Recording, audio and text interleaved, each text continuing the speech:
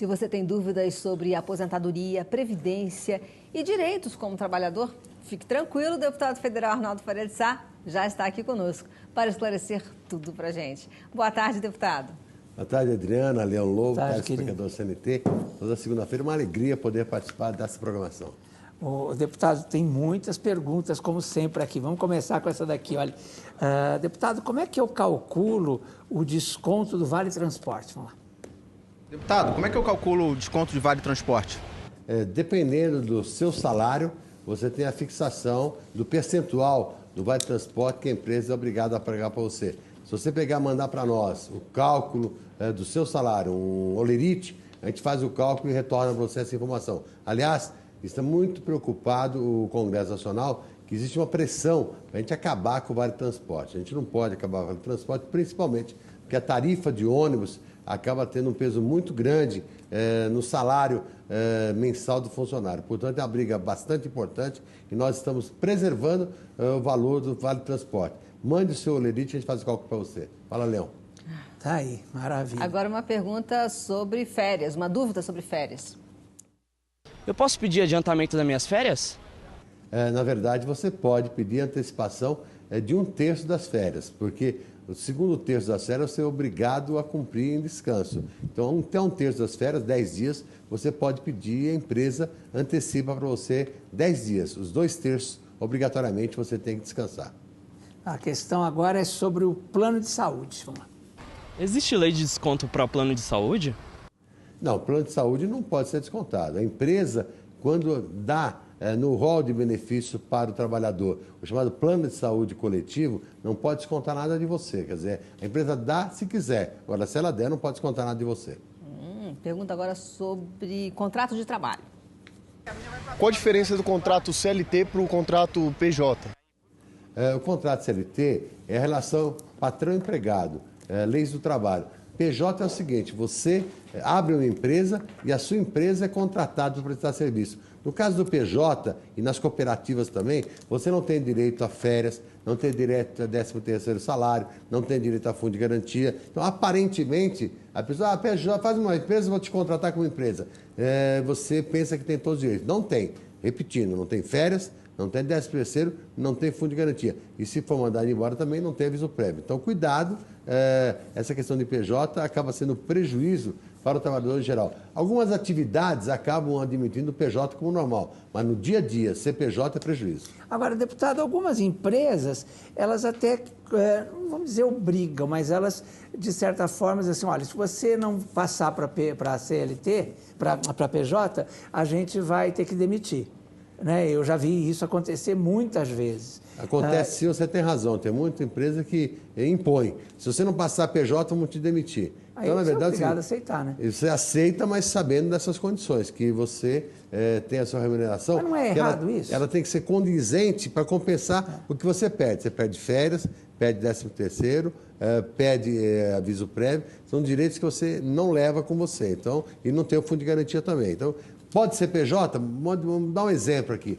Seu salário é de R$ 1.500. A empresa quer que você seja PJ e vai te pagar R$ 3.000. Aí compensa. Por quê? Está dobrando o salário. Então você acaba tendo um 12º de férias perdido, um 12º de 13º perdido, eventuais fundo de garantia 9,2 perdido, mas compensa porque dobrou o salário. Agora, se for o mesmo salário, é prejuízo de mais da metade. Pois é. E a pessoa que é contratada como pessoa jurídica tem que ficar atenta também, porque essa pessoa pode pagar INSS.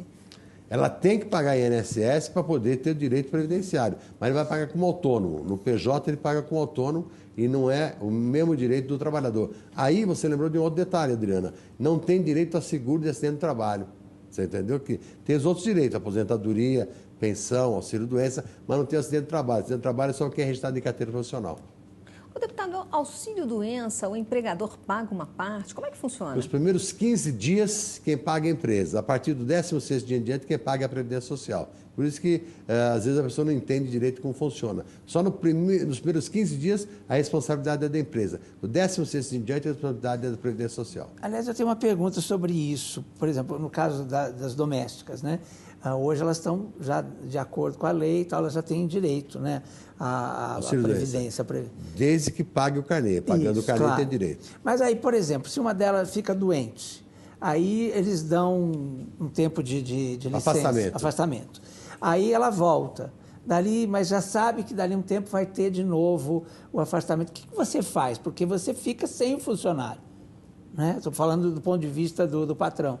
Na verdade, eu entendi a colocação do Leão. Quando a empresa tem muitos funcionários, um está afastado, o outro cobre. Isso. O que o Leão está colocando é o caso de funcionária única. Se ela se afasta, como é que fica? Na verdade, você pode contratar outra temporariamente, porque aquela que está em auxílio-doença tem a prevalência do direito de voltar a trabalhar. Então, quer dizer, ela tem, e dependendo da doença, ela tem uma carência de 12 meses para não poder ser demitida. Agora, o Leão já tinha comentado com isso, é um caso de uma telespectadora da gente, e essa telespectadora é o seguinte, é que essa funcionária, por exemplo, aí fica doente esse mês, aí se afasta, aí fica de licença.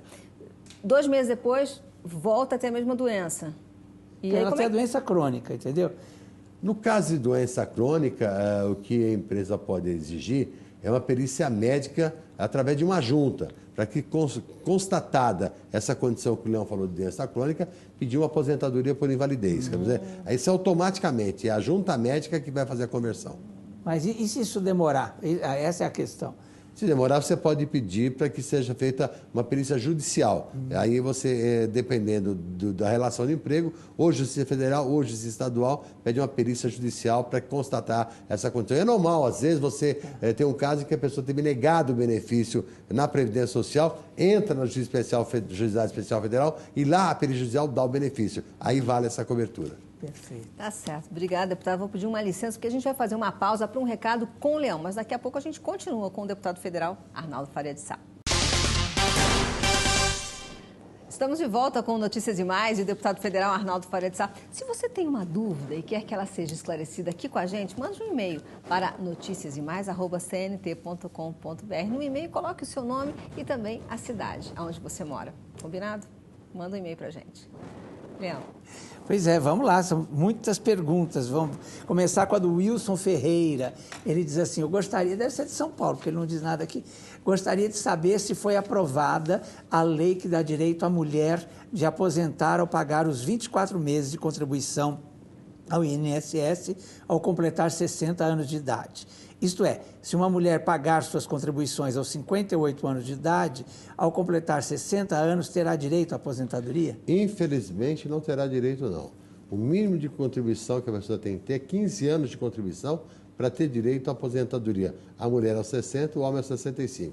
Pode ser um período menor de contribuição, dependendo da escala regressiva, mas quem já contribuía antes da lei original de 91 e podia ter um período maior, um período que valia de 8 anos e meio, 9 anos, 10, 10 e meio, 11, mas isso hoje já está equalizado, é 15 anos para todo mundo. Essa informação que você tem não corresponde à realidade. É importante ter essa informação para não pagar à toa, né? Porque o INSS aceita, que nem deveria aceitar essa contribuição. Aceita o pagamento, você tem razão, Adriana, e não concede benefício. Aí você pedir a devolução, é um calvário para ter o dinheiro de volta e, lamentavelmente, como a Adriana e o Leão falaram, não devia nem aceitar essa contribuição. Porque entrou dinheiro ali. Teve um caso que eu atendi sábado no escritório, que uma telespectadora nossa, em que foi negado o benefício para ela porque teve alguns meses que ela recolheu a menor. Ora, aceitou recolher a menor e depois nega o benefício. Então, eu, inclusive, como eram 4 meses apenas a diferença, eu sugeri a ela que recolhesse a diferença dos 4 meses para poder ter direito ao benefício. Mas, estranho, recebeu e depois negou o benefício, não tem lógica. Pois é, não pode aceitar. Agora, uma pergunta que vem lá de Minas Gerais, o Hélio de Belo Horizonte. Fala assim, eu me aposentei em fevereiro de 2010 e continuei trabalhando até dezembro de 2012. Trabalhei mais 1 ano e 10 meses. Quer saber se pode solicitar a desaposentação? A desaposentação depende de uma decisão do Supremo Tribunal Federal.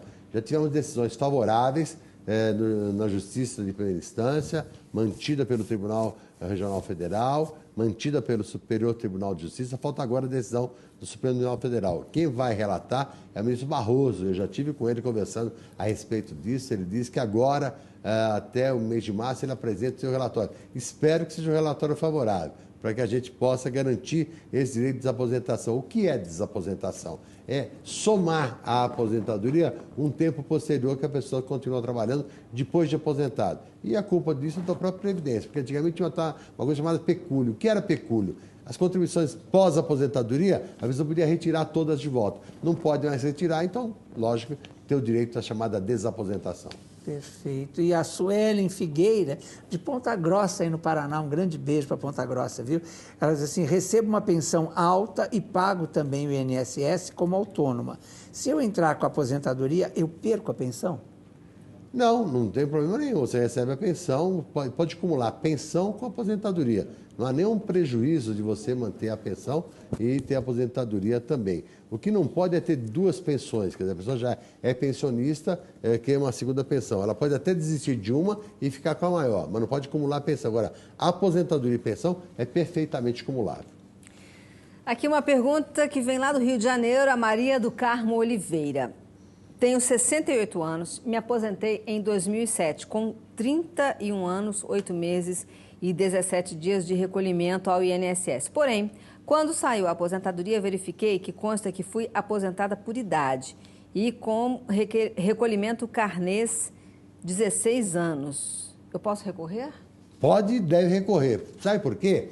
A aposentadoria por idade, ela corresponde a uma parte fixa e variável de cada ano contribuído. Se contar só 16 anos, você teve uma parte fixa de 70 mais 16. Você teve 86% de percentual de cálculo do benefício. Se você contribuiu todo esse tempo que você está falando, você pode chegar a 100%. Então, recorra rapidamente, junta de recursos da Previdência Social. Se lhe for negada, tem o Juizado Especial Federal. Entra na Justiça, você comprovando o tempo, tem que ter direito. Pelo que você fala, eu não vi nada, mas realmente tem um erro. Se você encontrar 16 anos, você trabalhou 30 anos, conforme fala na sua carta, reclame que é um erro muito grave e que está prejudicando muito o seu benefício. Agora, ela não caiu no fator previdenciário, né? Porque não, ela, quando aposenta por idade não tem fator. É. Quer dizer, ela disse que aposentou por idade, então não foi um fator. O que houve no prejuízo dela, Adriana, é que o tempo de contribuição, ela contaram só 16 anos. Ela disse que tem 30, não é isso que ela falou? 31 anos, então, 8 meses e 30 é o máximo. Então, dias. Pelo menos 30 tem que contar. Somado os 30 aos 70 da parte fixa, vai dar 100%. Então, deputado, deixa eu só entender. O senhor sempre fala assim, pagando 15 anos já pode se aposentar, né? Agora, mas é melhor que pague mais, então. Lógica do Leão. O Leão está certinho. Você paga um mínimo de 15 anos para ter direito. Mas quem paga 15 anos aposenta com 70 mais 15, 85. Tá. Quer dizer, quem paga 30 é 70 mais 30, 100%, que é o caso da pergunta da nossa telespectadora que a Helena apresentou. Perfeito. Agora, a Antônia de Fátima Silva, deve ser Silva, tá? Silvia aqui, de Mauá, em Magé, aí no Rio de Janeiro. Obrigado, um beijo. Ela gostaria de saber se ela tem direito a um outro benefício ou complemento, já que ela é aposentada por invalidez. Ela diz assim, meu benefício é de um salário mínimo, eu tenho como requerer? Olha, quem é aposentado por invalidez não tem outro benefício não. Cuidado, inclusive um alerta para todas as pessoas que são aposentadas por invalidez. Não pode retornar ao trabalho. Se a pessoa voltar a trabalhar, ela perde a aposentadoria por invalidez e é difícil de recuperar isso. Então, cuidado, pelo amor de Deus, para todas as pessoas que recebem aposentadoria por invalidez. Não pode ter atividade remunerada. Se tiver atividade remunerada, perde a aposentadoria. Então, não há possibilidade de a pessoa aposentada por invalidez ter outro benefício, porque não pode ter nova atividade, pelo amor de Deus. Pergunta da Marinalva Assis, ela não diz de onde é. Eu gostaria de saber, do deputado Arnaldo Faria de Sá, se eu tenho direito a essa revisão que a Previdência vai fazer. Eu me aposentei em 4 de janeiro de 2001, por tempo de contribuição. Marinalva já me entregaram aqui a carta de concessão que ela mandou. Eu gostei da Marinalva, essa sugestão da Marinalva tem que valer para todo mundo. Mande, escaneie ou mande por fax uma cópia da carta de concessão para a gente poder fazer a avaliação correta. O caso da Marinalva aqui tem uma coisa chamada decadência. O que é decadência? É o tempo pelo qual a pessoa pode reclamar. Já passaram 10 anos. Passou 10 anos, você perdeu o direito de fazer a reclamação. Agora, no caso da Marinalva, estou dando uma olhada na carta dela aqui, ela teve 2 prejuízos. Primeiro, ela não teve o tempo integral, ela teve só 25 anos, então a aposentadoria dela foi proporcional. Proporcional já diminui a aposentadoria, já é um tempo menor de aposentadoria. E além de ter um tempo menor, ela pegou esse maldito fator previdenciário. A aposentadoria dela é de apenas 60%, coitada. Ela perdeu 40% do valor do benefício. O que pode acontecer no seu caso, Marinalva, é se você trabalhou depois de aposentado há algum tempo, cair naquela história que ele está respondendo aqui agora há pouco, da desaposentação. Se você tiver alguma contribuição posterior, poderá fazer pleito da desaposentação. Agora, por esse benefício concedido em 2001, você tinha 10 anos para reclamar. Já se passaram mais de 10 anos e, portanto, está na decadência. Tem uma discussão no Supremo Tribunal Federal para a gente suspender a decadência, mas, por enquanto, o teu benefício, Marinalva, está dentro da decadência. Parabéns pela eficiência da sua informação para que a gente pudesse dar uma resposta melhor para você. Ô, deputado, agora, se a Marinalva entrar de novo no mercado de trabalho hoje, ela precisa trabalhar quanto tempo para requerer... Pelo menos um ano. Pelo menos um ano. Porque ela aí tem alguma coisa para acrescentar na aposentadoria dela, entendeu? Se a desaposentação for considerada como válida. Porque se ela não tiver um ano, não tem nada a crescer. Quer dizer, ela se aposentou com 25 anos, então ela precisa... no caso, ela com mulher, hoje, né? Ela precisaria de 30 anos para ter direito à aposentadoria de cálculo total, sem o prejuízo do fator. O Leão falou alguma coisa no... Não, eu acho que é difícil que ela consiga um emprego agora, né? Depois de tantos anos. Quer dizer, hoje em dia, com a idade... Eu acho que ela ainda consegue, porque ela nasceu em 1950, ela ainda está novinha, ainda tem 60 e poucos anos, ainda tem muito gás para queimar. Deus queira. Bom, agora tem uma pergunta aqui da Ana Lúcia Oliveira, de Salvador, Bahia. Um grande beijo.